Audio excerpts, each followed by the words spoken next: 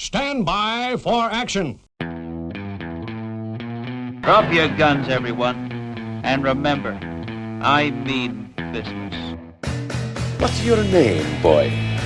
Joe 90. An unusual name. What are you doing here? I'm an agent for the World Intelligence Network. Satisfactory. Most satisfactory. Look, there are 600 people up there with about 40 minutes to live. Now, you can't help them, but I believe we can. Now, what's it gonna be? It would seem that this Captain Scarlet is now indestructible. This presents us with the clear and exciting expectation that he will become our greatest asset in the fight against the Mysterons. If anything else goes wrong, I want you to be ready to act immediately. Now, that was no ordinary breakdown. We've got to get up there and help them, but fast. Thunderbirds are go. Anything can happen in the next half hour.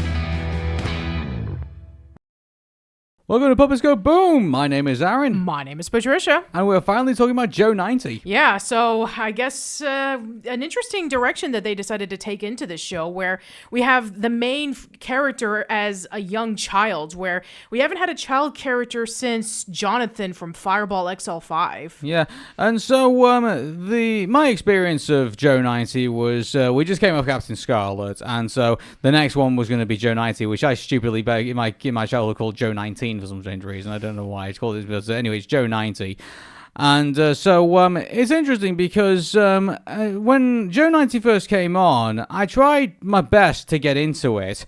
And to be honest with you, the one thing I found is that, and I think you and I are going to discuss this throughout the show, is that I didn't really take to Joe 90 as much as I did to Thunderbirds, as much as I did to Captain Scarlet. Which is interesting because the main character is a kid, and from what we saw in the documentary, a lot of kids really gravitated to Joe 90 because they inserted themselves into the character. It's like, oh wow, a 9-year-old kid who gets to be able to go on these cool adventures and go on these secret missions, and it's really dangerous. I want to be like Joe 90. So it's interesting that you never really got into it when you were a kid. You know what? It's funny because I think they were catching on at this point because the one thing that they said, if you look in the Century 21 documentary, is that the one great thing about the Thunderbird and the Stingray puppets and even the Fireball XL5 puppets to a degree, they looked like, that kids could put themselves, in the bodies of these marionettes and actually be the heroes that they looked on television. And, but when we finally went to Captain Scarlet, they changed all of that. So the marionettes were more adult proportions. The only thing about it is the puppeteers hated controlling them because they were just so stiff and they were just so small, and they were very hard to negotiate, when doing certain scenes and when trying to get certain things across. And so that became very difficult for them. And but then I think on top of that, the problem with the marionettes at that time in the Captain Scarlet, post, Thunderbirds era, is that they didn't really look like kids anymore, and you couldn't really, kids couldn't really put themselves in, the boots of Captain Scarlet as much as they could with, International Rescue. And I think they realized that, at that point. And to be fair, Captain Scarlet was supposed to be a bit more adult orientated than Thunderbirds was, and so there was a lot less silliness that went on in Captain Scarlet than there was in the previous Super Mario Nation shows. And so, but I think they realized that they lost that aspect of children being able to, see themselves in the show, and so they literally put front and center a child in this one and gave them, a child's marionette, and this is where they came up with Joe 90, the 9-year-old secret agent, and who couldn't, not be able to put themselves in that. Apparently me, so. Yes, you being the very few, because in the documentary they were talking about that loads of kids in the 1960s really gravitated to Joe 90, saying like, if I was a kid with blonde hair and glasses, everybody called me Joe 90. So apparently, young boys in the 1960s in England really gravitated to Joe 90, saying that this is me, or I want to be this character. And this would be a prototype for a lot of like kid shows that has like, young kids going into these cool action adventure moments.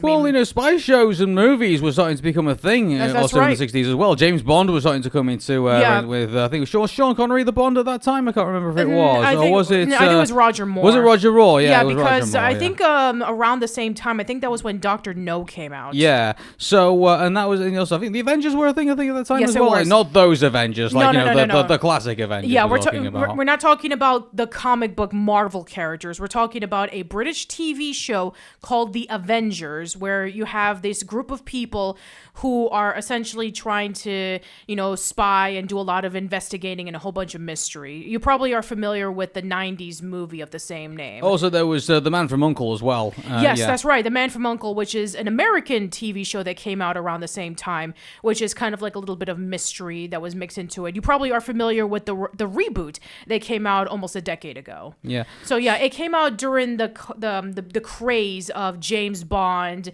the Avengers, and Man from U.N.C.L.E. Mm-hmm. We have Joe 90, and so the idea is that he lives with his stepfather, and who is Mac, and Mac is a scientist who has invented this machine which allows him to transfer the brain patterns into his son. When you look at that, at face value, you think, the Child Protective Services need to be brought in at this point. Yeah. But it's in the first episode, Joe McClaine, who's also known as Mac, invents a machine that is known as the Big Rat, where it can be able to have all of these brain waves being inserted into Joe. And so Joe has the ability of anybody that the brain waves originally came from. So let's just say that you have the brain waves of this Navy pilot. And we have the ability of this pilot who can be able to fly planes. And now Joe 90 has the ability to fly planes, even though he's 9 years old and has never done that before. And he's able to get those not only by being in the Big Rat, but also by putting on these glasses so that the brain waves can continuously go into him. And so he has this completely different persona known as Joe 90, where he has the abilities of anybody that he is able to get the brain waves of in whatever episode that happens. Yeah. So the initial episodes that we're introduced to is that Joe has the opportunity to join WIN, if you will, the World Intelligence Network, and because they win all the time apparently.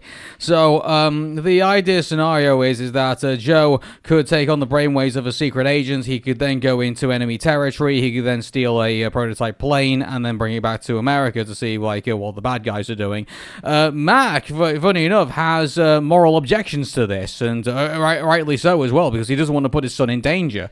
And so they talk it all out, and then eventually the compromise they come to is that Joe can go on these missions. However, Mac says, "Don't come crying to me when you are getting hurt and stuff like that," which is kind of like, when you think as your father, you'd want to keep him out of danger, I would imagine. Yeah, but, in the first episode, he has massive objections of not being able to have Joe go on these dangerous adventures. He talks about it with Sam Loomer, who is essentially the person in charge of WIN. Well, not necessarily. It was like... He's also known as Uncle Sam, by the way. Yeah, get it? Uncle Sam. Nod and a wink. Yeah, so you have Sam who's trying to convince, Joe, saying, you are going to be the special agent of WIN, and wouldn't it be fun if you get to be able to go on these cool adventures? And then, of course, Mac is like, what are you doing? He's like 9 years old. You can't force him to do something like this. And they have this massive argument that's going on. And then... Which is all done in frames, which is quite surprisingly. It seems like any conflicts that happened in this show, it's always done in, it doesn't do it in full motion. It's always, in frames. Like, I don't know if they do that for dramatic effect. They did do that for dramatic effect. Yeah, like, but I don't know how to feel about that. Well, the reason why you can't like, do an argument. Like, and by the way, they have done arguments, amongst these characters, in full motion as well. So I don't understand why they can't do it in this way. Well, the reason why was because at this point in time, Jerry Anderson was really getting sick and tired of dealing with puppets. Around the time of the making of Joe 90, he was doing Thunderbird 6 and he was doing a live action film called Doppelganger. And he really enjoyed doing Doppelganger because he wanted to get back into doing live action again. And so he and Sylvia were not really a part of Joe 90. They gave it over to David Lane and Reg Hill to do a lot of the work for Joe 90. And we even saw in the documentary that Sylvia said that this was pretty much the beginning of the end of Super Mario Nation, where they kind of did this out of like conjectural obligation because Lou Grade wanted the next big hit after Captain Scarlet was done. And so, yep, here we go, back on the gravy train with more Super Mario Nation stuff. And they definitely did try to implement a lot more action elements into this and a little bit more dramatic. It's incredible. Imagine if Jerry Anderson obviously now, before he died, realized how, culturally phenomenal Super Mario Nation actually was. And it makes you wonder if he's like, if I knew then what I knew now, like, he probably would have thought differently probably about it. And he probably does think, he did think differently about it, later on in his time. And I think, same thing with Adam West, when he did Batman, like, he just thought he'd be stuck in this thing forever. But now that he looks back on it now, it's like, oh, wow, like, look how, phenomenal this thing has been, and look what it led to, in regards to other future Batman projects. Yeah. So now I can understand in context because we already know about the history of Jerry Anderson, and I take it that because the Super Mario Nation stuff was running for almost a decade at that point, they were starting to run out of ideas, and the ideas of what they can do to amp up the puppets were starting to dwindle. So I guess he just wanted to stop, but he couldn't because Lou Gray just wanted to keep on going with the popularity of the Super Mario Nation stuff. Mm-hmm. So we have this show now, and so Joe ends up, the thing about Joe 90 though is that I don't know. I think you agree with me when it is, because the one thing I found is that I didn't gravitate to Joe 90 as much as I probably should have done, and I was kind of scratching my head, like thinking, wow, like I was kind of right, seeing how the show was all playing out, because we were having more kind of like a bit of fun really with we were doing riff tracks, a little bit really when we were doing Joe 90 in the first couple of episodes, because not much really was it was kind of like more like just establishing really, like, what would happen if Joe lost his glasses, what would happen if Joe was in this situation, what happened if Joe was in that situation, what if his dad got involved, and it sort of like feels like the kind of like the standard episodes you kind of like feel in the show. But then finally we get further into the back end of the first season, and this is it's amazing because maybe if I stuck with it a lot longer and like watched the back episodes, this show actually gets really good. It's like it is a very, very slow burn. You have to really give it more of a chance, because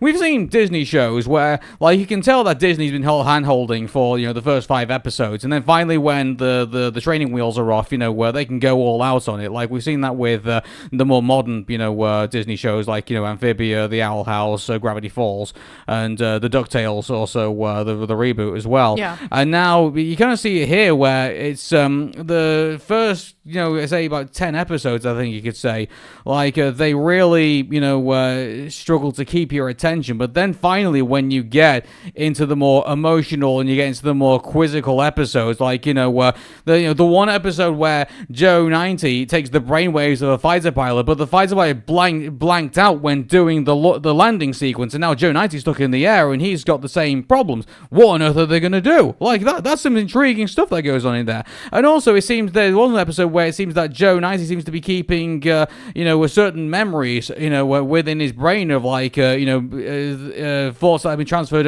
over to him. He's still keeping hold of some of these somehow, like being able to shoot a gun, being able to think about some things in a certain way. He's still keeping that in his subconscious somewhere, so that gives another intrigue to that as well. Yeah. And also there's people where they've taken brain patterns from another person for a certain skill, but then realize in a pinch that they need a certain other skill, only to realize that person had that skill as well. Like the later episodes I think of Joe 90 I think are the best episodes, where unfortunately they put kind of like the standard episodes up on front, which kind of makes sense really for a show like Joe 90, but it kind of makes me feel like I really wish they did more intriguing episodes and scattered them in like throughout the show to kind of keep it going. Yeah, if you will. Yeah, because a lot of the Super Mario Nation shows, they really go headfirst into getting your intrigue, like Thunderbirds, Captain Scarlet, Fireball XL5, Supercar. They go head on saying, this is the premise of the show, and we're going to get you excited right away.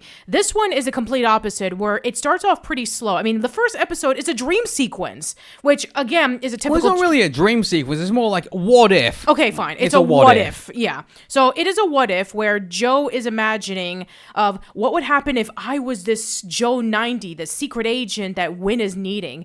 And you have him stealing the plane and getting it away from the Russians and landing it in America. And he's this hero. And then you hear in the background, after he's done dreaming it, you have Mac arguing with Sam saying, are you crazy? I don't want this to happen. He's a boy, and, I have to take care of him after, his mother died. It's like, oh, by the way, this is the last time that we ever think about the mother thing, because the boy is adopted by Mac. And that's literally all we know about the relationship between the both of them. They never mention this again. You would think, okay, how was he adopted by Mac? Was it that Mac fell in love with Joe's mother, and then when she died, he took him in? Did they adopt him? I get the feeling that's what it was. I feel like, Mac was in a relationship with Joe's mother, and then the mother passed away, and then he adopted Joe. That makes a lot of sense, yeah. But they never mention that in the series, and don't expect them to answer it whatsoever. Yeah.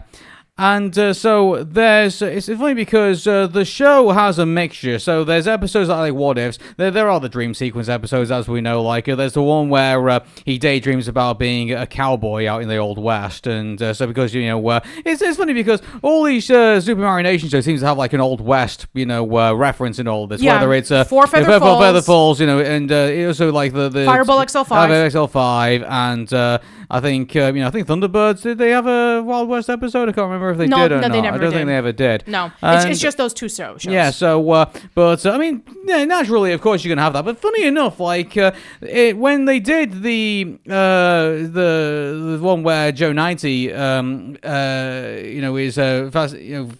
dreaming about being, a cowboy in the Old West, they used some of the Thunderbirds music for some strange reason. Yeah. That's kind of strange. Yeah, they recycled it for that reason that I do not know also, about. some of the radio music you get in Joe 90 as well is also repeated from Captain Scarlet. Oh, speaking of Captain Scarlet, they reuse a lot of puppets and a lot of sets from Captain Scarlet. Oh yeah, Captain Black is still a villain in this thing, even if he's not Captain Black. He's Puppet H. So he's they should have called him Puppet A for antagonist, I guess you could say. But they use his puppet a lot. They also use the woman puppet that was featured as the bad guy in Captain Scarlet so many times. Well, to be fair, like she didn't start off as a bad guy. She was killed and taken over by the Mysterons multiple times. But then she's now actually an enemy spy in this movie. So in this TV show. Yeah, and they use a lot of the sets from Captain Scarlet. A lot of the set pieces are the same. Yeah, I mean, this and the next podcast we're going to be going into, the next show. They use these puppets a lot because they take the same puppet design from Captain Scarlet, and so they're going to use it for all of its worth. Yeah, so there's a lot of people asking, where are the original puppets from Captain Scarlet? They were reused for this show. That's what happened to them. Yeah. So, apparently, what was Captain Scarlet's puppets also reused, also in Joe 90 as well. Same thing with Captain Blue. Same with all the puppets, really, with this as well. And, unfortunately, as well, as we all know, Joe 90 is a product of its time. Oh, boy, and, here we go. There is one episode where they have to darken Joe 90's skin to make him look like one of the young princes. Here's the thing. It takes place in a Middle Eastern country, and they essentially decided to make him brown face. Yeah, that's just, there's just bits in there that just would not fly for this time. No. And, here's another episode that was also really uncomfortable. So they went over to South America, because there was this god that was killing everybody, and Joe 90 decides to go over there and investigate. And of course, it has the stereotypical, the gods have spoken, and he knows what's best. And we're going to praise the sun god. And it's the most stereotypical thing that you could imagine. But a child came from the sky, which is Joe 90, and apparently he's, some sort of god now. And I can understand. It's very uncomfortable. Yeah, I can understand in context when this happened like hundreds of years ago, because at that point, the natives had never seen a white person. And they thought that he was a god. I mean... Well, this is like, even if this is 1960, whatever it is, or like... Yeah, that doesn't work today. It doesn't work back then either. It wouldn't have worked in 2060 either, but... well, I mean, this show... Yeah, exactly. Like, actually, when does this show take place again? Well, it's funny because there was the Christmas episode, if you remember. Like, there was like... Oh, 1968, isn't it? Yeah, like, that's when it takes place. Yeah. Okay, that's fine. Yeah, that's right. So, cool. Yeah, so it does take place in modern times. So, modern times, yeah. Yeah, so I guess, Thunderbirds and... Like when TV was in color. Yeah, so apparently Thunderbirds, Captain Scarlet, Fireball XL5, and Supercard take place decades after Joe 90, if you want to put it into the timeline. So, yeah, I mean, yeah, but still, once again, we just have a lot of politically incorrect things that are showcased. So, again, but again, it's the 60s. You got to forgive it. Like, what we know now is very different from what they knew back then. Exactly, yeah. So, again, take it with a massive grain of salt. Yeah. Anyway, but yeah, I mean, there were actually some episodes that we just had to bust up laughing because we were just like so shocked that this actually happened. Like, you remember the episode in which when Joe 90 got himself inside of the truck filled with bombs? Oh yeah, and like, he just lobs a grenade and kills somebody. It's like, like we were keeping a kill count at one point. How many people Joe 90's killed in the show? And like, I think it was like about 7 to 10, something like that. Yes, it was. Yeah. By the way, Joe 90, a 9-year-old boy, has killed people in this show. Yes, he has. He's thrown grenades. He shot people with guns. Like, he led people over to a trap. A 9-year-old with a body count. Yeah, exactly. And by the way, I actually do have a recording of our reaction towards that particular episode we were just talking about. Is that going to be in this podcast? Yes, it is. So I'm going to play it right now. Here you go. Fire in the hole! Oh my god, he just died. He freaking died. Oh my god. So Joe 90's Joe gave a kill count. How many people Joe 90 killed? So like, what, it's 2 so far? Yeah, pretty much. I'm having a bad day. I don't feel so good. Oh my god. Alright, well that happened. Thank you. You're welcome. We had so much fun with this show, and it's funny, like, even some of the weaker episodes, like, you and I were just kind of, like, having a bit of a laugh with, and but some of, like, the more, serious episode where, where Joe has, like, emotional moments with his father, and that's the fun thing about this, like, this isn't just, oh, hey, here's this, 9-year-old going on a fun adventure, like, being a spy, around here, like, there's some serious things that kind of go on in this show, like, sometimes, Joe and Mac don't see eye to eye, and sometimes they're falling out over things, and they have to come back together as, like, father and son in a way. There was one episode in which when Mac was dating a girl, and Joe was actually starting to become a little jealous because she was taken away from the time that he was spending with his dad, and so it turned out that this woman was actually a spy. Yeah, well, we knew from the very beginning that she was a spy, and it's funny because they should have kept that bit hidden, in my opinion. They should have introduced that, like, further on in the end, like, and they'd be like, oh yeah, Joe's just jealous, and he will get over it eventually. But then it's kind of like Uncle Sam hits the scene and says, no, this person's a spy. It's like they have to do something about it. It's like, what? It's like, but they introduce. The problem is that we know that, but if it's funny because there is something that I would say is that less is more, and like so we were talking before in the previous podcast about Thunderbird 6 about, like, you shouldn't have shown that the saboteurs were, like, in amongst the crew members of the airship. You should have kept that for, like, later on, like, and kept the mystery going and everything like that. I'll have the Wicker Man, and they should have done that here. Like, they should have had the woman kind of come in and, like, we're along with Joe. Like, we believe something suspicious is going on, but we have no proof to back that up. And then Uncle Sam comes in and says, yeah, that woman's a spy. We need to do something about it. They should have done it that way. Yeah, the Powerpuff Girls actually did this same concept and was able to do it better. Like, when Professor Utonia met a lady named Mrs. Good Lady, And, she was really taken to the professor. And, the Powerpuff Girls were saying, like, she seems nice. There's nothing suspicious about her. And then she starts becoming a little bit more suspicious, going out a lot more with the professor. And then the girls do some investigating. And then eventually, Mrs. Goodlady is not Mrs. Goodlady. She is Sedusa. I was going to say, like, when you have a name like, Mrs. Goodlady or like, Jared Niceman, I think, I think you're in for a bad time, I think. Yeah. So it turns out that, no, of course not. She wasn't interested in the girls. She just wanted the professor for herself. And she wanted to control everything because, that's in her name, Sedusa. So, yeah, they were able to take that story and do it a lot better than what we saw here. Yeah. And so it's interesting that, Joe 90 is the main focus of all of this. But yes. You also have Uncle Sam. And, Uncle Sam also gets his moments as well because he's in charge of, like, the World Intelligence Network. But then he's also caught up with all the politics of it as well. Well, you have Weston as well. Yeah, there's Weston, too. Yeah, so I think that Weston may be the one in charge. And then Sam is kind of like the main agent who's working alongside with Mac and Joe. Oh, okay. Yeah, because you can see, like, there's a political division going on. Like, there's one time when they lose contact with Joe and they're all kind of talking amongst themselves, like, what do we do in this situation? Because everything's in danger, like, but we can't go after Joe because, for certain reasons. And then, like, there's this whole, like, so there's, like, the person also, they feel that there was a traitor amongst them, and they're all accusing themselves of being the traitor. That was an intriguing episode, by the way. Which, again, Stingray did a similar episode to that. Well, I think Joe 90 did it better than Stingray. Well, in fact, it's actually really interesting because, they were like at each other's throats. It's like, you're the traitor. No, you're the traitor. Yeah, exactly. Yeah, and then finally when we found out who the traitor was. It's interesting with all the reasons, like you're saying, because, it's like, of course you're going to be the traitor, Mac, because, you didn't want Joe 90 to be involved in this to begin with. And so how do we know that you're not wanting to try to take an opportunity to sabotage and get Joe 90 out of harm's way? And then, like, other people, like, they all show, like, what motives they have to do it, and like you're just intrigued because it's like all of them have the reason to blame each other. But problem is that we already know who the traitor is anyway. So I mean, like that's sort of like.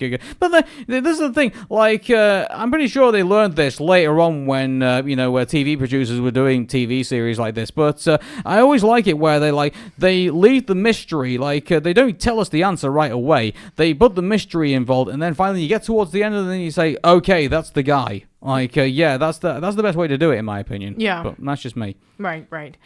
Yeah, and what's interesting about Joe 90 is that, a lot of the other shows that came out before this, they had a large cast of characters.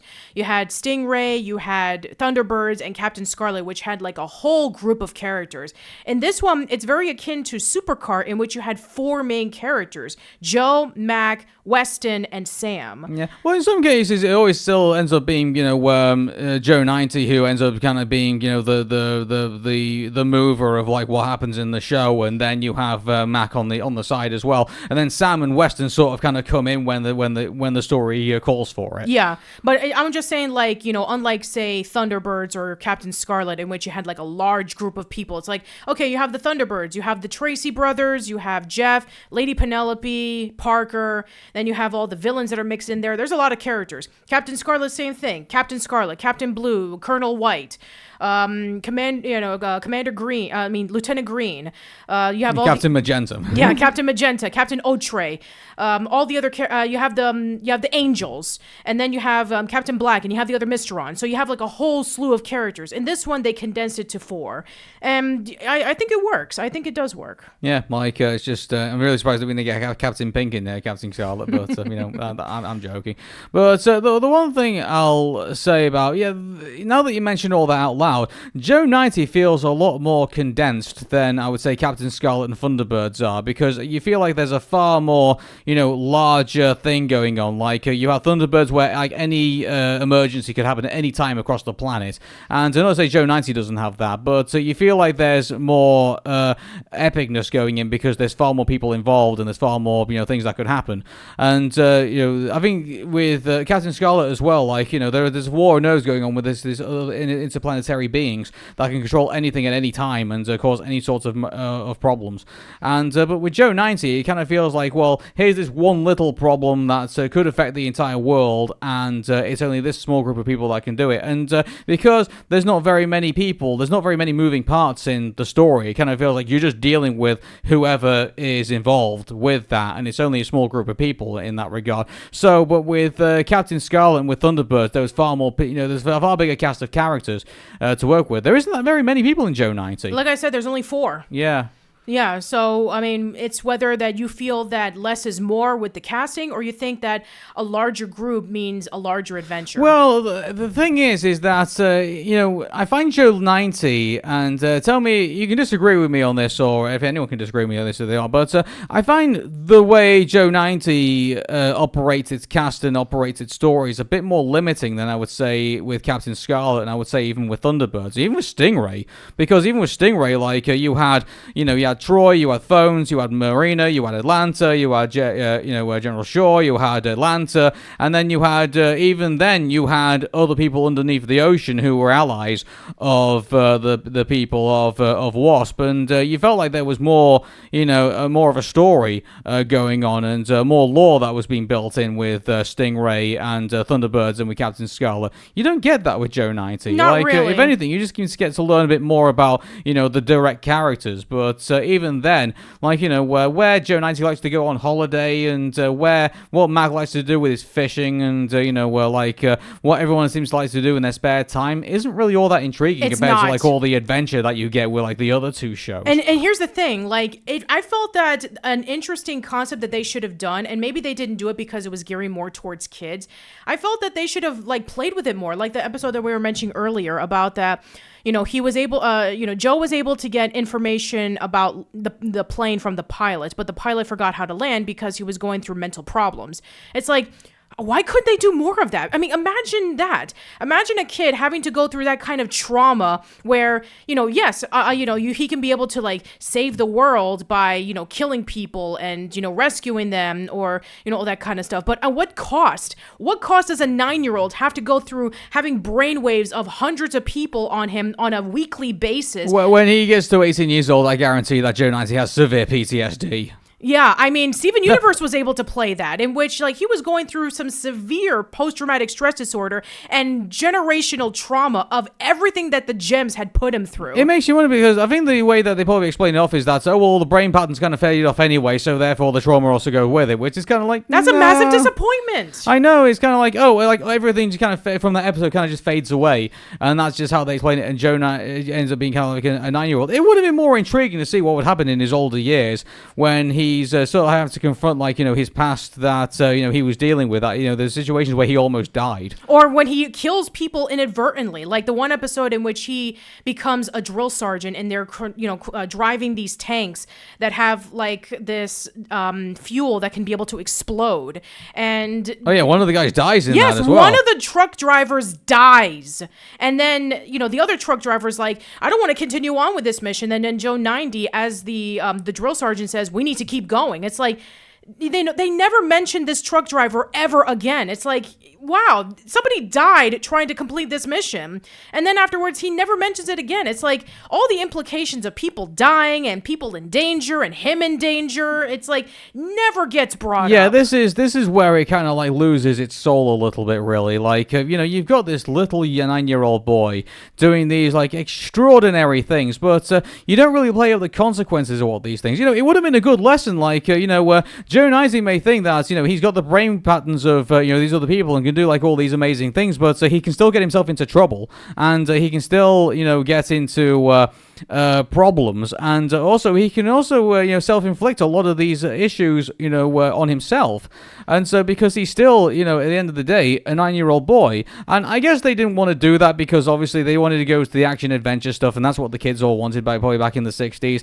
But I think if they did Joe 90 today, I think they would really go into the thoughts and feelings and the post-trauma, I think, of Joe, of going through all this stuff, because it's an important subject matter. And I think the reason why why Steven Universe did it, right? Because obviously that was a massive discussion that was going on, and it's still a massive discussion going on today. Yeah, like, but for example, I don't think mental health, was as forefront, I think, in the 60s as I think it was today. Yeah, I guess that's true. I mean, we wouldn't see the massive implications of what mental health would be until decades later. I mean, even the people who were like going through the Vietnam War, which this show was happening around the time of the Vietnam War, and all the soldiers that were sent over there from America over to Vietnam, them going through massive PTSD with all the stuff that they had to go through. And yeah, I mean, I'm sure that when you think about a 9-year-old boy having to deal with all this kind of stuff, like saving the prince from being assassinated, or, traveling into a different country so that he can be able to take down a dictator, or, I'm going to drive in the back of a weapons vehicle and take down the main guy who's distributing them illegally, or something like that. It's like, yeah, all that stuff would be cool for a 10-year-old boy who was watching this in the 60s. But if you're thinking about it today, it's like, wow, this stuff is actually pretty dangerous, and all the implications that a kid would go through of having brainwaves getting into their minds, and him probably even thinking about the same things that they were thinking of. I mean, he got the skills of the brains, but what about the other stuff? Like, what about the trauma? What about the stress? What about the, being upset about something that happened? It's like, oh, we're just going to take the intelligence of these people. But there's a lot more to it than just grabbing the brain of somebody and then, you just go off and save people. There's a lot more complicated stuff than that. I'm pretty sure, like, there's some old, people listening to this show thinking, like, suck it up. Yeah, I can see that. Yeah, so. Me too.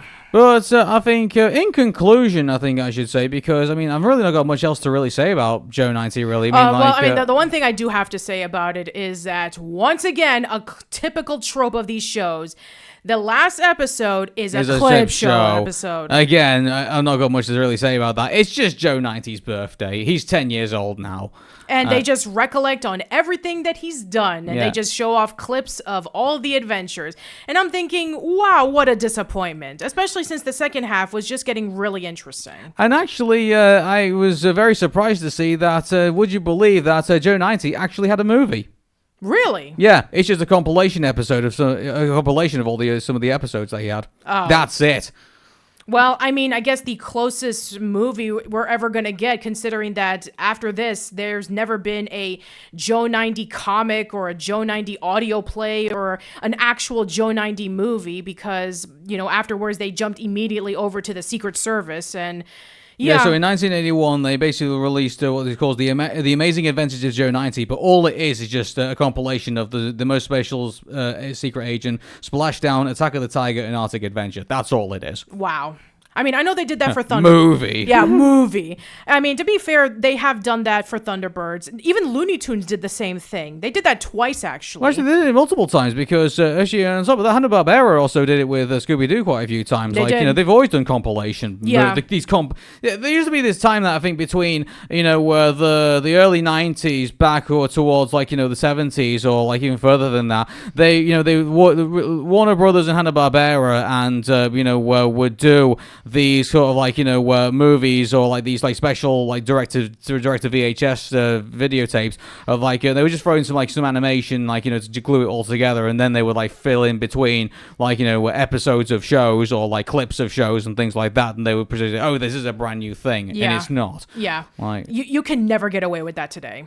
Especially in our year of 2025, where we have streaming and we have actual movies that were made as movies, as opposed to let's just take a bunch of our best episodes and put it together into a movie. Yeah, we don't do that anymore. No. But besides that, that's, besides, Mac and Joe riding around in a very unusual car, there's no... Yeah, that car is really unusual, isn't it? Yeah. You would think that it's it was something that Mac designed himself, obviously. You would think that that'd be really cool, because it's this is a Super Mario Nation show. They're really good with their vehicles. But yeah, I think even Jerry Anderson or Reg Hill said it best. It's It's just a car. It's nothing really that special. Yeah, like, well, the one thing they used to do, and they still do in this show, is that they use FX models, and they just kind of like just make them more futuristic, and that's what you can see in this show. A lot of these models that they have here are FX models that they just stuck together, and they, were designed in a different way. So, I mean, that doesn't surprise me that, a lot of the vehicles that are in this show aren't as inspired as probably like the ones that you see in, dare I say, I think even the vehicles in Captain Scarlet aren't really all that inspired. There's only either like, the Spectrum car, the SPV, and the Angels. And that's about it, really. Yeah, like, that's it. I mean, like, in Thunderbirds, you got all sorts of vehicles that were involved in that. And even, like, you've got rockets and different things. But in Joe 90, I mean, like, besides the occasional plane and besides the occasional, vehicle that they would use, like, for different things, there wasn't really all that much to write about. No. Even Fireball XL5, with all the limitations they had like multiple vehicles for all sorts of things. Right. Yeah. So in conclusion, I can see why a lot of people don't really gravitate to Joe 90 compared to the previous Super Mario Nation shows. I think I would have gravitated to more if I saw, like, because I didn't watch all the episodes of Joe 90. When I sat down with Patricia and we watched the entire show, I could see the very beginning of why I moved away from it, but then I felt like if I'd stuck around and watched the, the back end of Joe 90, I think I would have enjoyed it far more, I think. But, unfortunately, they didn't do that, and they lost me as a fan. Yeah.